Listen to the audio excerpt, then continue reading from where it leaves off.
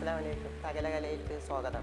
അത്താഴത്തിന് ഉണക്കൽ സ്രാവ് എങ്ങനെ കുറച്ച് ചൊടിയിൽ വറക്കുക എന്നുള്ളതാണ് ഞാൻ ഇവിടെ കാണിക്കാൻ പോകുന്നത്. വീഡിയോ ഇഷ്ടപ്പെട്ടാൽ ആ ചുവപ്പ് ബട്ടനും ഒന്ന് അമർത്തുക, ബെല്ലൈക്കൺ ഒന്ന് അമർത്തുക.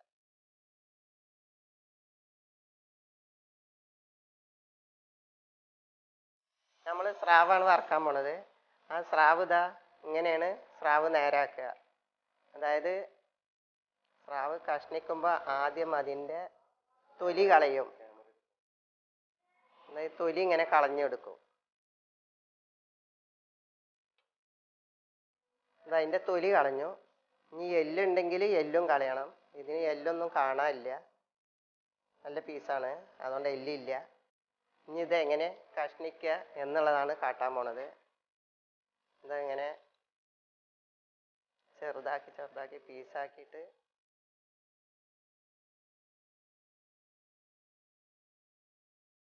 എല്ലില്ലാത്ത സ്രാവായതുകൊണ്ട് മുറിക്കാനും എളുപ്പമാണ്, കഴിക്കാനും എളുപ്പമാണ്. ഇതാണ് വറക്കാൻ പോകുന്ന സ്രാവ്.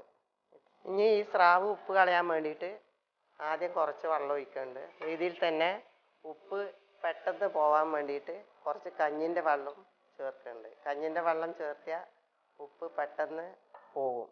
മറ്റേത് സ്രാവല്ലേ, നല്ല ഉപ്പുണ്ടാവണതാണ്. ഇതിലേക്ക് ഈ സ്രാവ് ഇടുക. സ്രാവ് ഇട്ടിട്ട് നല്ലോണം കഴുകുക. ഇത് ഇനി അരമണിക്കൂർ നമ്മൾ മാറ്റി വയ്ക്കുക. അരമണിക്കൂർ കഴിഞ്ഞതിന് ശേഷം ഇനി ഉപ്പ് പോവുള്ളൂ. എന്നിട്ട് വറക്കുക. അരമണിക്കൂർ കഴിഞ്ഞു, കഴുകി കൊടുന്നു. ആ കഴുകി കൊടുന്നതിലേക്ക് ഇനി ചേർത്താൻ പോണത് ഇതാ കുറച്ച് മുളക് പൊടി, അതായത് ആ പീസിൽക്കനുസരിച്ചിട്ടുള്ള മുളക് പൊടി, കുറച്ച് മഞ്ഞൾപ്പൊടി.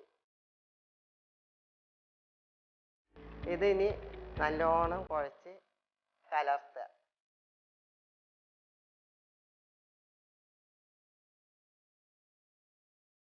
ഇത് ചെറിയ ഉള്ളിയാണ്, ഇത്ര മീനിലേക്കുള്ള ഉള്ളിയാണിത്. ഇതുപോലെ ചീകി ചെറുതാക്കിയിട്ട് മുറിക്കുക. ഇത് കുറച്ച് കൂടിയാലും കുഴപ്പമൊന്നുമില്ല, അത് അവരവരുടെ ഇഷ്ടത്തിന് ചേർത്താം. ഇനി അതിലേക്ക് വേണ്ട പച്ചമുളക് ഒരു 4 എടുത്തിട്ടുണ്ട്. അത് ഇതുപോലെ കഷ്ണാക്കിയിട്ട് കൂട്ടുക.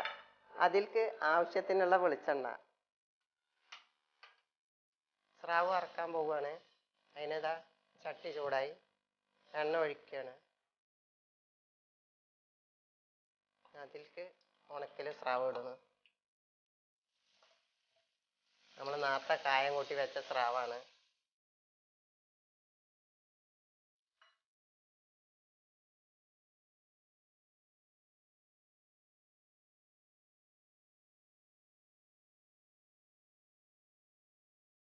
ഇതൊരു ഭാഗം വേവായിട്ടുണ്ട്. ഇനി ഇതിലേക്ക് ഞാൻ പച്ചമുളക് ഇടണം.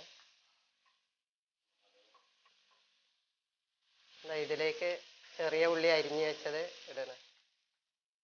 ഒരു 1/4 വേവായതിന് ശേഷം ഇട്ടാൽ മതി, അല്ലെങ്കിൽ പെട്ടെന്ന് ഉള്ളിയും പച്ചമുളകും വെന്ത് പോവും, മീനോട്ട് വേവുമില്ല.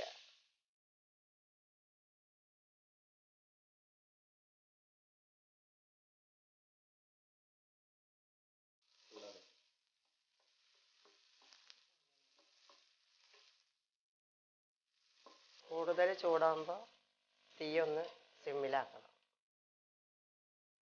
അല്ലെങ്കിൽ വേവൊട്ടില്ലേനും പെട്ടെന്ന് കരിഞ്ഞും പോകും.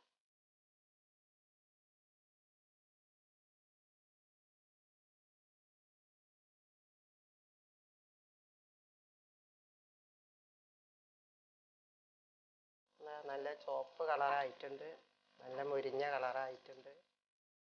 ഇനി തീ ഓഫ് ചെയ്യാൻ പോവുകയാണ്. നമ്മളെ സ്രാവ് റെഡി. കണ്ടാൽ തന്നെ ചോറ് കയറുന്ന കാര്യം അറിയില്ല, അത്രയും ടേസ്റ്റ് ഉണ്ടാവും. ഈ അത്താഴത്തിന് ചോറ് കണ്ട് കിട്ടിയാണ്ടല്ലോ ഒരു രസം ഉണ്ടായാൽ മതി.